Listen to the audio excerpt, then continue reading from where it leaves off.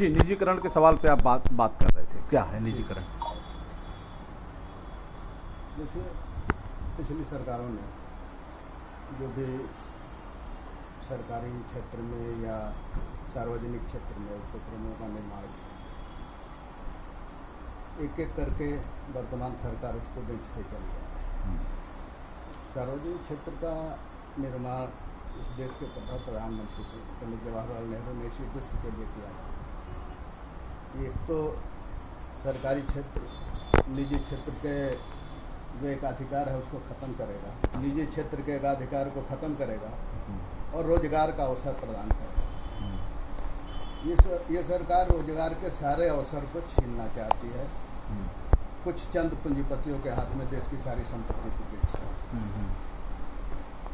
और आप भी इस बात से सहमत होंगे कि बेरोजगारी की दर इस सरकार में आने के बाद क्रमशः बढ़ी है, जबकि ये सरकार 2 करोड़ प्रति वर्ष रोजगार देने के वायदे से सरकार में आई थी। और हालात यह है कि दिनों दिन रोजगार के अवसर छीनते जा रहे हैं।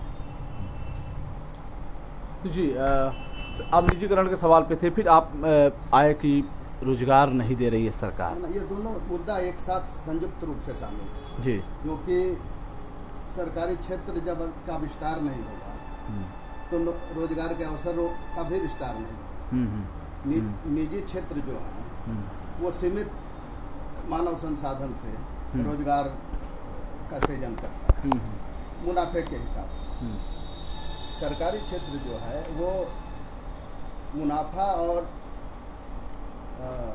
जो पब्लिक सहूलियत है दोनों को लेके उसका ही होता है। मुनाफा भले ना हो लेकिन पब्लिक की जनता की सहूलियतें बढ़ें, रोजगार के नए अवसर। नहीं, सवाल चलिए ठीक हो, समझ गया। आपने निजीकरण और रोजगार पे बात किया, सवाल और है जैसे आप किसानों के बारे में सरकार खासतौर पे आपको लग रहा है कि वर्तमान जो सरकार उत्तर प्रदेश और देश में है वो किसानों की हितैषी है? पिछले 8-9 महीने से किसान सड़क पर है। इसके बावजूद अगर कोई ये मानता है कि सरकार किसान की हितैषी है तो इससे बड़ा किसानों के साथ मजाक और कुछ नहीं हो सकता। ये किसान किसी भी ओर से किसानों की हितैषी नहीं है, बेरोजगारों की हितैषी नहीं है, न छोटे उद्योग धंधा करने वालों की हितैषी है। ये सरकार मात्र बड़े उद्योगपतियों के हाथ में इस सारे देश के संसाधनों को बेचने के काम कर रही है। उससे तो आ गया, ठीक है। निजीकरण पे आ गए, बेरोजगारी पे आ गए, किसानों पे आ गए, विकास क्या है? विकास मेरे ख्याल से आप अगर बलिया के रहने वाले हैं तो कभी बैरिया तक माझी तक की यात्रा की है। NH की हालत देख के आपको विकास का अंदाजा आप लगा सकते हैं। NH जो हाजीपुर से गाजीपुर का ये हाईवे है, आप देख लीजिए कि बलिया से अगर आपको माझी जाना हो तो कम से कम लौट के अगर आएंगे आपकी 4 व्हीलर गाड़ी है तो बिना सर्विसिंग का दोबारा रोड पर नहीं चल सकते। इतना विकास किया है सरकार। तो विकास भी जैसा चाहिए वैसा नहीं दिख रहा है, कहीं हुआ नहीं है। सरकार ने किसी नए परियोजनाओं का शुभारंभ तक नहीं किया। केवल अखिलेश जी के सरकार के जितने काम थे उसका फीता काट के श्रेय लेने का काम किया है कि हमने ये विकास किया। नहीं, आप समाजवादी पार्टी से राजनीति कर रहे हैं तो आज खासतौर पे सरकार जो वर्तमान में है, क्या अखिलेश यादव मिशन 2022 को फतह कर पाएंगे? क्योंकि इतनी बड़ी ताकत के सामने कैसे लड़ेंगे वो? समाजवादी पार्टी के जो कार्यकर्ता हैं